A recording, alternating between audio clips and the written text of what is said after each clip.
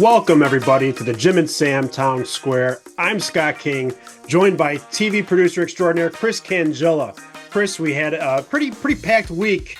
Not maybe as crazy of the guests as we had last week. You had that Bill Burr appearance, but Bill Burr was still talked about because he had to be. There's kind of a Bill Anthony saga that's emerged. We're going to dive into that. We might have had multiple tests in studio, lots to talk about. We're going to break it down now. I'm not sure, Chris, what your feelings are on the Bill Burr saga, but I'm going to go over it because there's quite a chain of events here. So yeah, I think it's important for you you to set the story as you know it, because there's a lot of stuff we don't know that took place. And why don't you set the story and then I'll jump in when you're ready for me. So the first thing is last year, I remember listening to a clip from Anthony's show where he's telling the story, I'm pretty sure it was last year, about how he met Bill Burr at a restaurant in LA because Bill had invited him, and he goes to talk to Bill, and Bill basically just says that he can't work with him anymore. And kind of alludes to his wife being a woman of color, and that Anthony obviously goes on some kind of racial tirades. You can't deny that he does, and not a lot of words were said. I think Anthony was kind of taken aback, and he says that he didn't say too much. And now you fast forward a little bit after that discussion, Anthony on his show said some disparaging things about Bill's wife, things you shouldn't say about someone's wife. And I think that's just kind of what happens with Anthony. We saw how he got fired from XM after he was assaulted in the streets of New York. Did he have a right to be angry about being assaulted? Yes, absolutely. But the way he kind of talked about race and things like that on Twitter will obviously get you fired in this day and age. And I'm sure Opie and Anthony helped make Bill's career. So obviously he was angry and said some things. You can't talk about, we're both married guys. You can't talk about someone's wife like that. So now get to the Comedy Cellar early this week, I believe. I think it was after Anthony went and saw Jimmy perform there, right, at the Black Cat Pussycat on that Wednesday. So it'd probably been that Wednesday night of last week. Yes. That just kind of went down, right? So, yes, I stand corrected. Jimmy had to address it because fans started to ask about it. So I believe on Monday's show, Jim just kind of verified some of Anthony's claims to the story, that Anthony was sitting there, saw Bill, went to go try to bury the hatchet. And he said because Bobby Kelly told him to. Bobby, who wrote a book with Bill Burr, knows Bill Burr very well.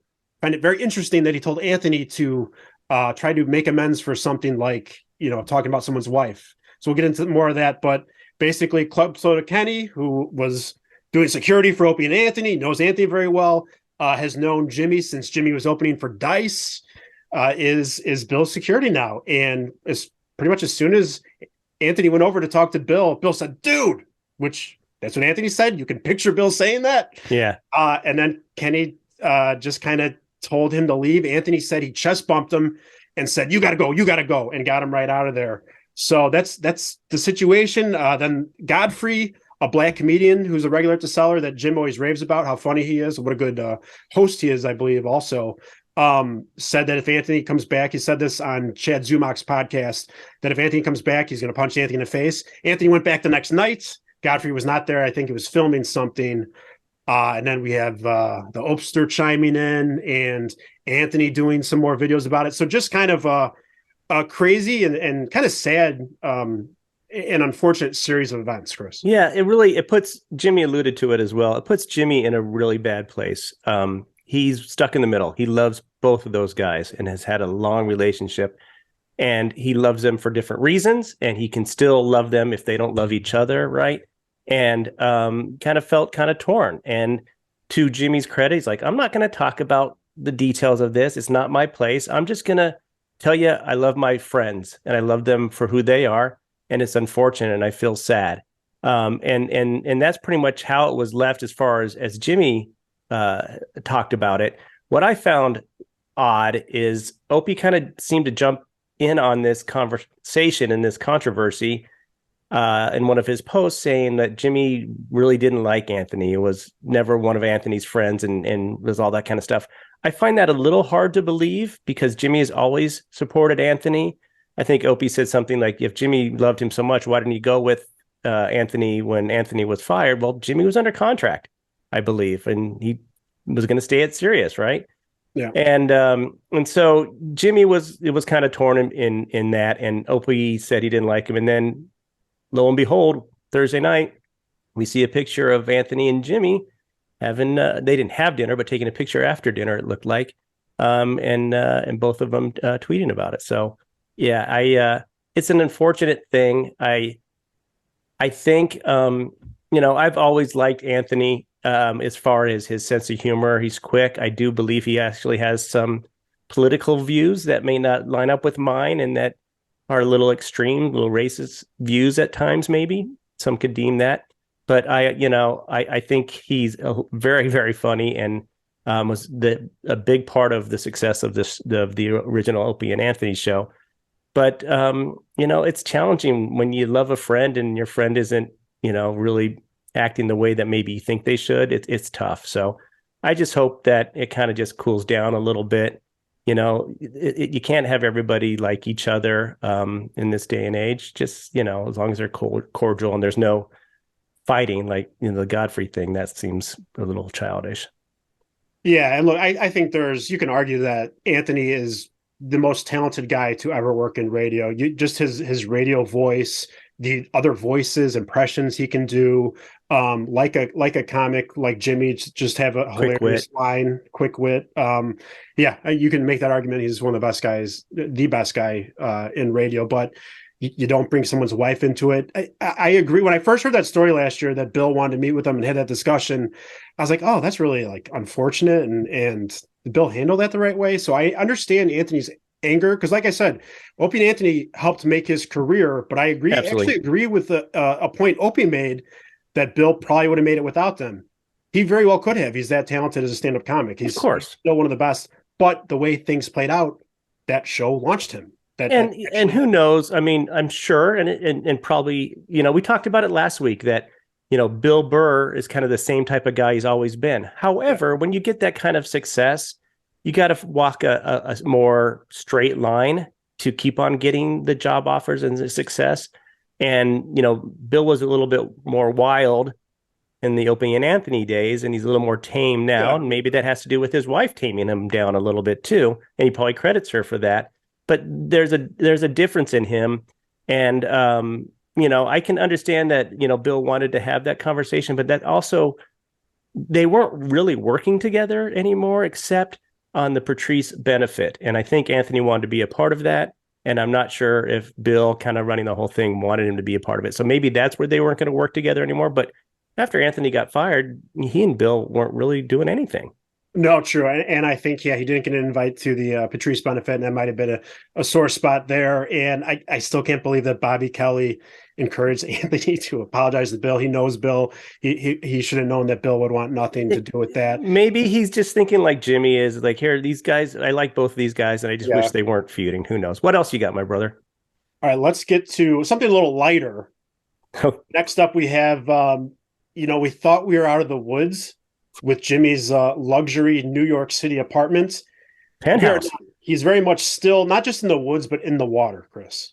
Yeah, he seems to always be in the water. And I love how he puts a brave face on this. No, it's okay. It was the water was just running for a minute. It was fine. And they found it. And it was it's just unfortunate. He, obviously this place must be very nice, and he loves the view and loves being there, but it is wrought with problems.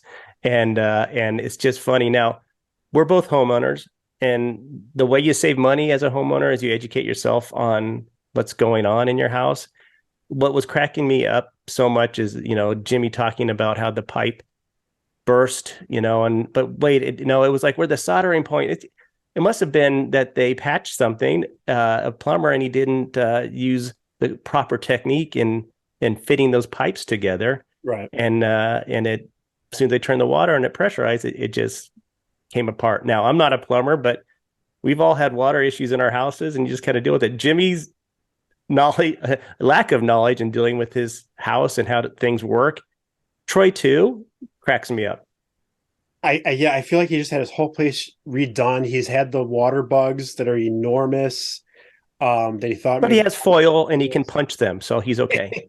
but he beats them to death. That's right. And we had the windows leaking, and man, like you talk about a money pit, like. And now they have to have access to his terrace to work on the terrace below or above or whatever they're doing. So it's like he never can find peace. And they talked about that too. When they even talked to Dr. Ian Smith and Jim was talking about his girlfriend, it's like, it's nice to come home to somebody now. It's nice to come home and relax. Well, he can't relax in that apartment because it's never done being renovated, fixed, all those kinds of things. And now they have to paint it pink, right? After they patch those walls.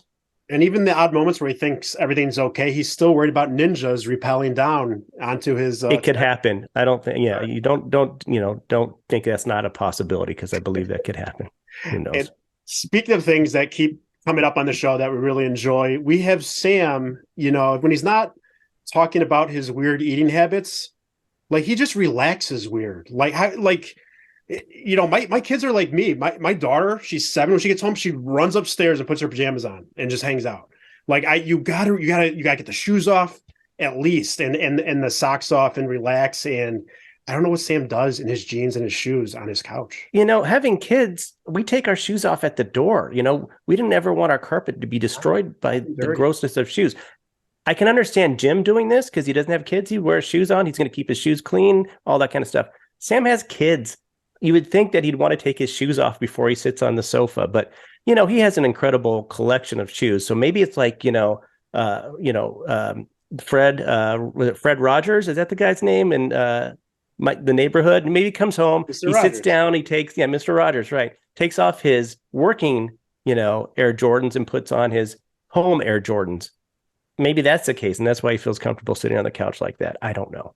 Maybe those are the chill Jordans. Yeah. Another recurring gag we have on the show is Jim, and this is sincere. Like you can tell when things are played up, but Jim, like myself, always needs to know where a bathroom is going to be somewhere. And I'm also the same way with food. Like, can I get a quick snack? I'm like, if I'm hungry, I'm going to have a miserable time. Like, can I get a meal? Can I get a snack? Where do I got to go to the bathroom? Because I usually do have to go to the bathroom. So I'm probably like Jim, but this came up when Travis was talking about taking the ferry, Staten Island ferry to work, which I always picture him just like on the front of the boat, like with his arms folded. It's like that movie, with gosh, now I can't remember her name, but with Harrison Ford and I think Melanie Griffith, when they take the Staten Island ferry, which Working Girl. Oh, and, yeah. The opening scene is her on there. But yeah, it cracks me up when Jimmy, anytime anybody's telling any story about anything, his main concern is, okay, but could you get to the bathroom if you had to go? I was on a flight, blah, blah, blah. I was in line. Okay, I went to this event. Can you get to the bathroom? And then they're also talking to Jim when he was talking about Staten Island Ferry, and they thought he was going to talk about the ride and if it was turbulent on the water, because he has a concern about turbulence as well. He needs his Glenn Campbell to keep him calm. So yeah, Jimmy has a concern about making sure he gets to the bathroom. Or at least has access to the bathroom. So he has, he's honest about it. He's got some anxieties. He's got to know where the toilet is at all times. I can understand that. Yes. Another thing that came up this week, we had, and this is going to be, a feather in your cap for the kind of anti-Voss fan club. And this is kind of a sore spot for me because I always sing his praises. But Voss stiffed a fan of his and of the show. And he did it on Easter Sunday morning. So basically some guy went to one of Rich's shows, introduced himself, and I don't know if they exchanged emails, but basically Rich emailed him after the show because the guy said he makes things, and Rich, he's a woodworker, right? Yeah, woodworker. There you go. That's what I'm looking for. And he was going to make Rich a cover for one of his clubs because Rich golfs all the time. And so Rich lets the guy know via email Easter morning that this was going to happen. This was like a contract. Can I just add a sidebar? I think, if I heard the story correctly, I think the guy said, yes, I make things that wood. With wood, I'd love to make you something. And Rich was the one that suggested the head cover. Could you make me a head cover? Yeah. It wasn't just like, yeah, whatever. It was a job. It was going to happen. And then he lets the guy know Easter morning via email that he ordered it for cheaper on Amazon. So like, not only did he like stiff the guy, he let him know on like a a special holiday to most people in the morning, but he's probably trying to have a nice time with his family. Yeah, And, the guy was and I excited. paid less for it, and I didn't do a mom and pop thing with you. Yeah, he was excited to share his gift, if you will, of woodworking and actually a physical gift with Rich, and probably was telling his friends and family about it. I mean, he went to Rich's show, so he's got to be a fan of Rich's. And then Rich said, "Yeah, yeah, no, that's all right. I already filled that order myself. Have a nice life." So what kind of personality disorders this should suggest to you, Chris, that he would treat a fan this way?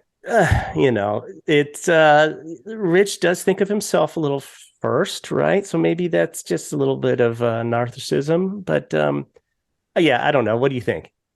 I think that's safe. I mean, it's hard to diagnose everybody. I'm still trying to diagnose myself. For So sure, for so sure. it just that definitely stood out this week, as did a lot of the guests. Here, let's have a rundown of the guests. So we had some great guests this week. We had finally back in studio after a horrible accident. I didn't know how bad it was till she detailed it. Nicole Biggins, love saying that last name. Nicole Biggins back in studio for the morning mashup, a colleague of Jim and Sam at XM. We had a comic that I don't think has been on the show before, Kim Congdon. I think I'm saying her name right. Was really interesting. Does a lot. Nice to hear from her. And this guy, I don't know when he's not writing a book. Dr. Ian Smith back in studio, and there were some good kind of memories with some of his prior appearances that we'll have to dive into.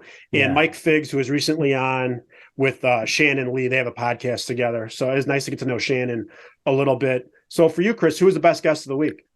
I want to talk about each guest a little bit, and then I'll tell you who I thought was the best. I think Nicole's story of her accident and how bad that was, it's heartbreaking, and how close to death she could have possibly been, and how lucky she was. She brought up an interesting thing that I never really knew about, that they sometimes make sure that you're not paralyzed by inserting a finger somewhere.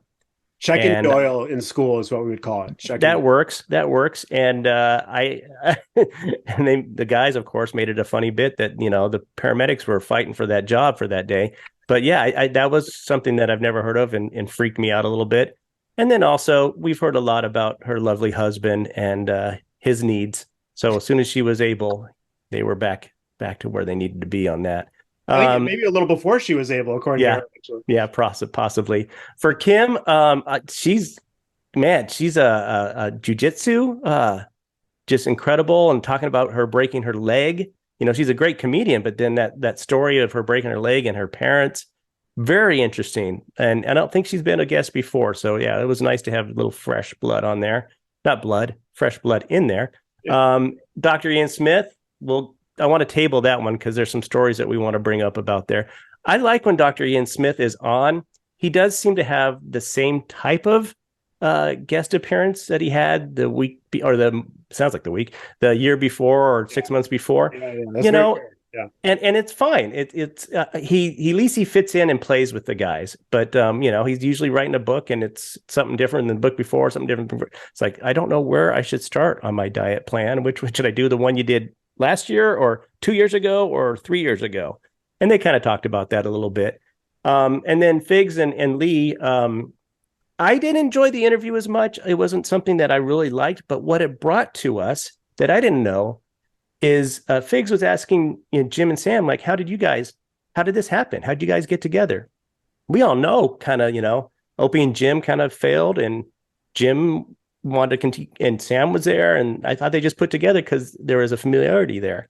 But I didn't know that there was so much behind the scenes stuff of them doing test shows, and Sam was doing his night show, and they approached Sam to do it. Yeah, it was kind of interesting, and Jim and Sam were celebrating 7 years coming October, yeah. So that was kind of interesting. I will tell you my favorite guest, and then I want to hear what you think, and then I want to get back to some of the Ian Smith stuff because there's some funny things happening in there. My favorite guest, it's got to be Nicole. For me, she just bears her soul. There's Sam knows her so well, so he needles her. The whole relationship with Travis and her husband cracks me up. And then, she's, as Jim and Troy would probably say, she's a good girl. So there's a lot going on there. How about you, my friend? I totally agree about Nicole. We haven't heard about how she let her dog die in the woods in a while, according to Sam. Um, but no, you always know what you're getting, and she just fits the show so good. Like you said, just reveals everything, so honest, can hang with the guys, joke about anything, she went through a very traumatic event. She could have died. That was a crazy accident. She was on her scooter and she got hit by a car or a truck. Got hit by a car. Yeah, the guy didn't have really great insurance either. Yeah, So. yeah. So that was great to hear that honesty. Just hoping to get a little more money, not a ton, but just, a little more to make all this easier. So yeah, I thought she's the best by far. The story is really interesting. She's always a lot of fun. I will say with Mike Figg's amazing Sebastian Maniscalco impression. Yeah, yeah. He likes to use it a lot, but Yeah. very good impression. And Shannon actually met and started talking with an adult entertainer online who now trains her Yeah, via that was. Zoom, a fitness I guess fitness trainer. So that's when I kind of look back at it, it was more interesting than I gave it credit for. Yeah, I don't think I was in the moment, with them. But yeah, there were some incredible stories in there for sure. look. I don't blame you. We're breaking this down the week after we had both Colin Quinn and Bill Burr in studio. So Yeah, it's things are not all weeks are going to be as good as a week previously, but we're still listening every day and we enjoy it. So. it can't all be checking the oil stories. So let's talk a little bit about Dr. Ian Smith, if you don't mind me bringing it up, because Go for it it. was a very funny thing when they were talking about in his past appearances with opening. I don't know if Anthony was there. It sounds probably Anthony was there, but E-Rock was a part of a diet contest, right? And Roland, I believe, right? And Roland.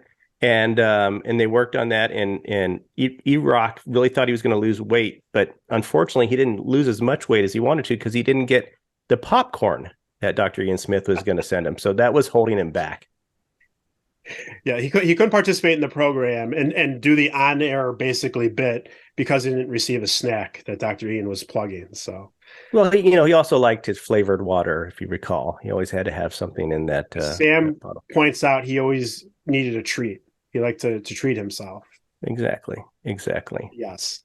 So now, if you're ready, Chris, we can jump right into line of the week. Absolutely. I got 3 submissions, and I'm not really good at narrowing them down because I just, I kind of want to put them out there and see what you think. Yeah. My favorite one, I think, is Jim. I think this was probably on Tuesday morning. Brought up the fact that just right out of the blue that he had to take a Benadryl last night. He said, I had to take a Benadryl last night and it didn't help. And Sam said, right, that makes sense. Didn't help but make an interesting story.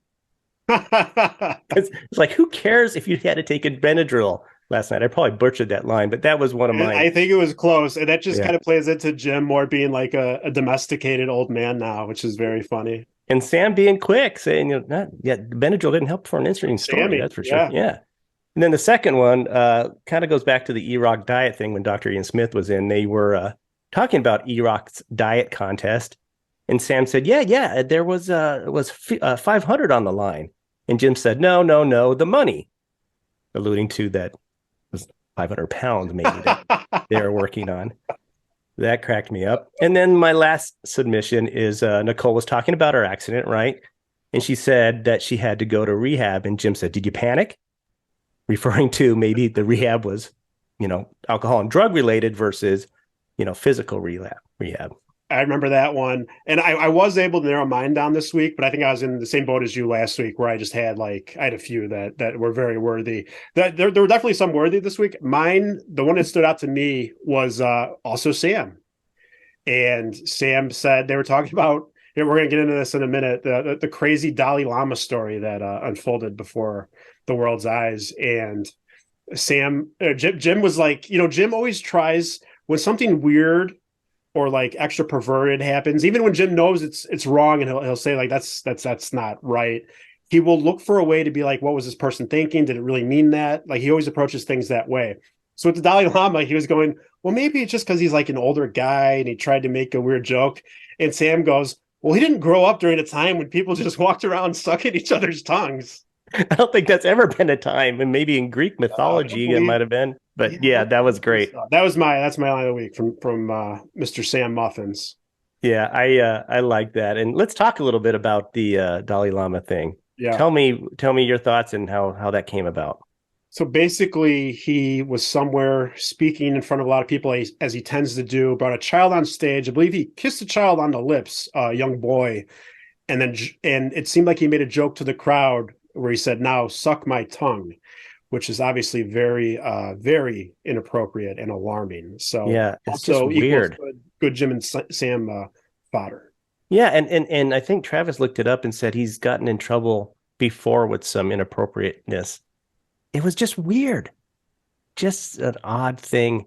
And Jim, kind of not defended it. He thought it was weird too, but it's like, well, they were in public, so I don't really think it was any of a thing of a sexual nature. I'm like, I don't think the man realized, and I mean, he's probably in public all the time and in private in front of, I don't know. It was weird, and they got into how Dalai Lamas are chosen and all that kind of weird stuff, right?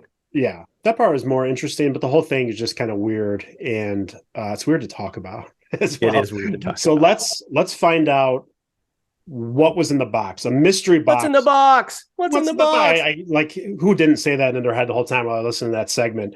But a mystery box showed up for Jim and Sam, and Chris, what was inside?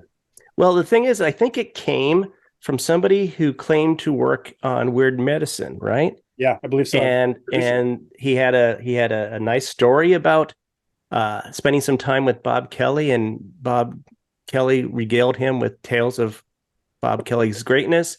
So the boys had fun with that. And the guy also said something about it, it's like, oh yeah, in his script. So everything was for the next 10 minutes was, oh yeah, we need to do that. Oh yeah. It's great. Um, there were a lot of treats, and I think it came from a Wally's, right? I believe Or so. no, is it a Bucky's? It's a Bucky's, not a Wally's. That's right. It's a Bucky's Bucky's, because there was a there stuffed was animal. stuffed animal called Loveys at my kids' preschool. They call them Loveys. Gotcha. Yeah, I believe the wasn't it Bucky the Beaver was the Bucky the Beaver was a stuffed animal that they got, and we know how Jim has an affinity for stuffed animals and having to give them a kiss at times, right? domesticated Jim has to kiss a stuffed animal before bed every night, and he says he'll be falling asleep and he'll It's in just his feel a stuffed face. animal on his face. He'll have to kiss it. Like I love that that's where his life is now. It makes me laugh every time they bring that story up. But But yeah, yeah, that they was a have great they segment. have Bucky the Beaver there, and they're and they and Sam's love of truck stop, Bucky's and all these huge truck stops. There's one in our neck of the woods, not too far away in Pontiac, is the Wally's, Yep. which I've been to a couple times. But yeah, they are kind of interesting. They're very clean. They have food, and I know Bucky's has like ribs and all that kind of stuff too. Yeah. So it's pretty I know cool. I've driven by the Wallies in Pontiac, Illinois. Also, so now Jim has Bucky the Beaver in the studio to if he wants to feel like he's at home or wants to relax and give it a kiss. But also, where's his other apparatus to relieve stress? I haven't heard about or seen the torso. Haven't heard any slaps on that in a while. No, So I don't want to get those two to. things together because that could be problems. I do like that Jimmy had made a deep dive into sea shanties. Oh, it's great. They were delightful. And they stuck in my head that morning for quite a time. Roll the old chariot. We'll be all right with the wind beneath our sails. Oh God. The guy had a That great was a voice. great one. They were stuck in my head all day too. And it's like he goes through these things, like he'll like obsess about something for a few weeks or like maybe even a month. I hope this one's long. I hope sea shanties like he finds everyone he possibly can and listens to them all day. Like that. Yeah, I just need more people to remind him that he danced. That's important to keep that in mind. And then, of course, they will really get into the beef Netflix show, which I haven't seen. You've watched an episode or two? My wife and I last night watched the first episode, and I see what they're saying. Like obviously, Stephen, I believe Yang is how you say his last name, or Young, Okay. from The Walking Dead. He was nominated for an Oscar for a Oh, film. Glenn, right? Is that Glenn? Glenn in The Walking Glenn? Dead, great Yeah. actor, fantastic. He's great in this. Ali Wong, which I didn't know how good of an actor she is. She's great in this. It just seems like there's a little something missing. I know Sam is up to episode 3, I think. So I want to give it a chance to get to there. I think my wife already might be out. It's hard to Yeah. keep her attention on things that aren't Real Housewives. So we'll see. I get liking the acting and that people are spiraling, downward. Want a little more to happen. Hopefully more happens in the second, third episode. Speaking of truck stops, there was some good truck accident talk this week. I mean, they actually had a guy call in who drove under an underpass where he shouldn't have and wrecked the truck. Yeah, I mean, it's one of Sam's favorite videos to watch, that and people missing cruises when they're supposed to come back and depart, or missing trains. Sam loves a little misfortune on other people's behalf, I guess. But anyway, yeah, those man, I'll tell you, when I moved from Denver to Chicago, my brother and I drove a rented truck out here, and I didn't know Chicago very well. And we're driving down Interstate 55, and as we're going on to Lakeshore Drive, it says no trucks are allowed on Lakeshore Drive. And I said to my brother, "Are we a truck?" Because I wasn't sure if that it was like for semi trucks. No semi trucks are there, no trucks. So that fear of are there any underpasses that we're going to go underneath? Are we going to be able to do this? I can see that fear happening, and I didn't want to be somebody that Sam might laugh at in the future. But yeah, those are crazy stories, right? They're insane. And when you watch the videos, it's like, it was so interesting to have a driver call in because you're like, oh my God, what would that guy think? And the guy said, he's like, yeah, it happened. Everyone's yelled like, oh, you wrecked it. He's like, I know, of course I did. It's like, shut up, I get it. And of course that led to talking, or maybe this led to the truck thing, is the Staten Island crash, which I wasn't aware of. That ferry, it killed like 10 people and took out some of the dock there and just destroyed it. And then and Travis said, that's usually where I'm sitting. I'm like, oh my goodness, that was crazy. That was obviously a brutal accident, but it's also just great. Like I said, you picture Travis standing on the ferry, just being carried to work on a boat in New York. And then he also likes to mess with the tourists and tell them the wrong side of the boat to go on to see the Statue of Liberty. Yeah. In some of my TV career, we would go out and we'd do some Chicago Bears games, and they're playing in the Meadowlands. So we wanted to get some footage of the beautiful things out there. So it was a cheap way to get nice shots of the Staten Island ferries. Jump on the Statue of Liberty, jump on the Staten Island ferry. So you do have to be on the right side, or you will miss it. Got a couple minutes left, right? So should we talk a little bit about the Kiss feud and Motley Crue? Where do you want to go, my brother? Let me finish up with Mr. Teft. And sure. Why don't you dive into Kiss? There's been a lot of Kiss talk lately. Sure. So while we're on Mr. Teft, I think he's a bit of an enigma at times. We know he patrons Disney very much, loves Disney, has the Tinkerbell statue, and so he's kind of young in nature in that way. But I just took my kids to see the Mario movie. It was pretty good. It's a phenomenon right now. It's going to be like the biggest family animated movie ever. And he said he's not going to go see it. But in the same breath, he said he's excited for the Barbie movie. So I just don't get where he lines up. Like, he's a gamer. He's a gamer. He plays a lot of games. So why like Mario? He's going to play Zelda for 100 hours. The new Zelda. Yeah, if there's a Zelda movie. I don't get the not committing to Mario. It seems out of his character. What do you think? We all know he'd go to Disney by himself. So as soon as his child is out of the picture, he'll be going to Disney by himself because he's one of those adult loving Disney people. I don't get not seeing Mario, but also while we're talking about Travis, there were 3 Tefts. 3 Tefts in the studio. One time. Towards the end of, I believe, the Dr. Ian episode. Yeah. They were there. What was the special occasion?